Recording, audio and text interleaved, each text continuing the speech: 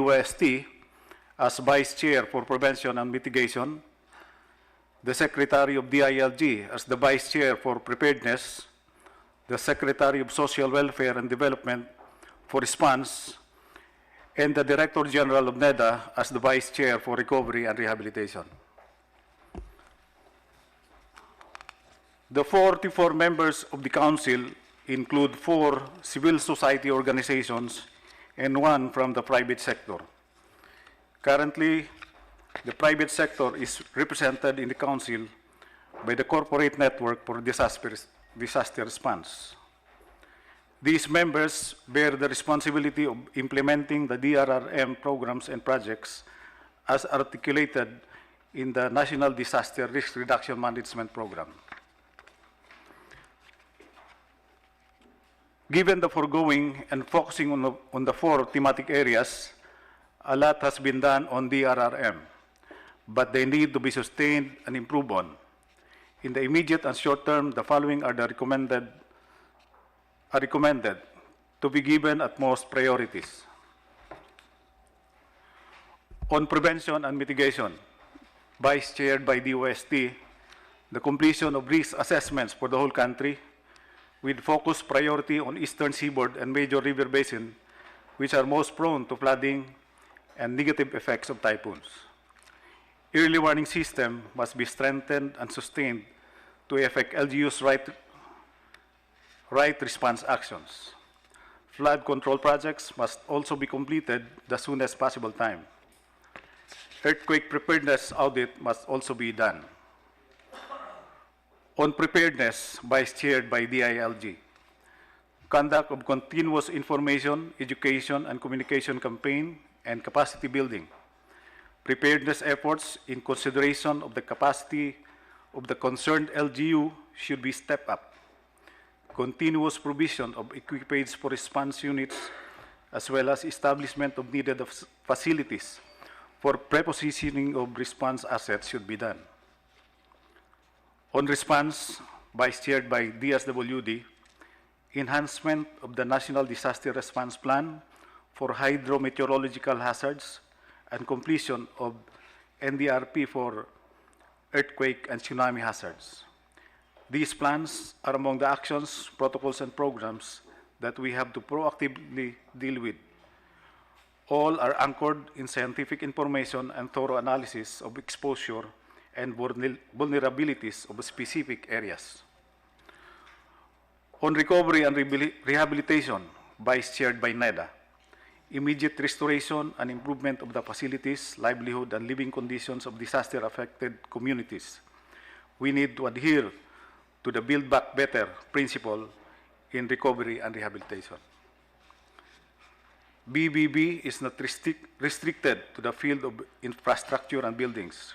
Rather, it is a step to building greater resilience across the various sectors of the affected areas, including social, economic, physical, and institutional. On possible ways forward, there is now a need to protect the livelihoods of the people, leading to having resilient communities. Thus, we need the cooperation and partnership of the private and business sector. This is one amongst the possible ways forward and critical milestones for this new administration. The partnership becomes an imperative for a successful DRRM program to protect our people's livelihood. We can encourage the private sector that together we can pursue undertakings in the following areas: economic risk assessment, business operations continuity, sustainable livelihood, disaster risk financing, logistics and supply chain, communications and infrastructure, and health and safer shelter. Currently, RA 10121, or the Philippine Disaster Risk Reduction Management Law, is scheduled to undergo a sunset review. This offers a big opportunity for all of us to review and address the areas needing revisions to further strengthen the law and improve it. My predecessor initiated a review, and the recommendation was submitted to the Council last June 16, 2016, but needless to say, they ran out of time. So it's now my priority to review what they have started and pass it to the Council for their approval and endorsement to Congress. We presently have a fundamentally sound and arguably one of the best DRRM law and system in the world, in spite of its perceived and real shortcomings. However, this sunset review also presents a significant opportunity to improve our DRRM law and consequently the system. In the immediate short term, La Nina and typhoon season preparations must be geared up at all levels, from national government agencies to local government units level. This is to ensure the safety of our communities as well as to protect their livelihoods. On the La Nina preparations, this was presented, sir, during the last council meeting last June 16. Hazards mapping has been completed by DNR. DILG and OCD, my office, has issued directives to LGUs and Regional Disaster Risk Reduction Management Council, respectively, on planned preparation for rainy season. Flood control projects of MMDA and DPWH are nearing completion. Slope protection projects are ongoing. Cleaning of drains and clearing of waterways are ongoing, as well as pruning of trees on major thoroughfares in Metro Manila has been started. Continuous capacity building programs on contingency planning, incident command system, preparedness planning have been conducted by OCD, DepEd, and DILG. Procurement of necessary supply of medicines and vaccines for vector-borne and water diseases, influenza, and respiratory tract infections are currently undertaken by DOH. Prepositioning of food and non-food items by DSWD and OCD, and response assets at the regional and local levels.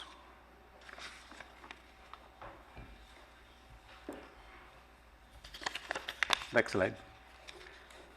Before I end, I would like to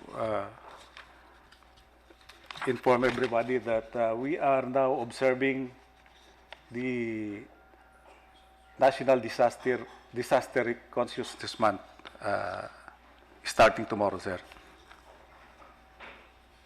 And this will be launched by all agencies, implementing agencies. So that ends my briefing. Good afternoon, sir. Thank you, sir.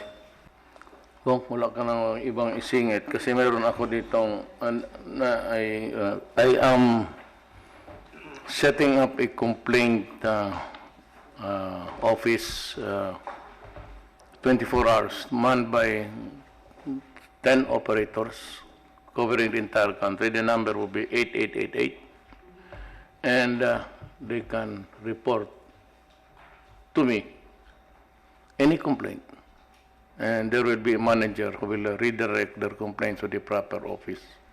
So kung malalaman ko dito, kung yung bumbero doon is working, and ang policies ko from here on would bind local governments. The line of processing lahat ng papel, yung 1 month, minimum of 3 to 5 signatures if can be helped. Tapos yung, I do not want to see the Filipino queuing, lining up. If there's a particular office or agency, they should be given a shopping list. If they are ignorant or does not know anything, then after completion, they would go there to submit the application or clearance, and they should be given a stub, laminated, at the expense of government. And they can insert the day and the date where he could go back. Gusto ko sa acceptance ng mga applicants, it should be, there must be a ledger. And it would be signed by both the receiving clerk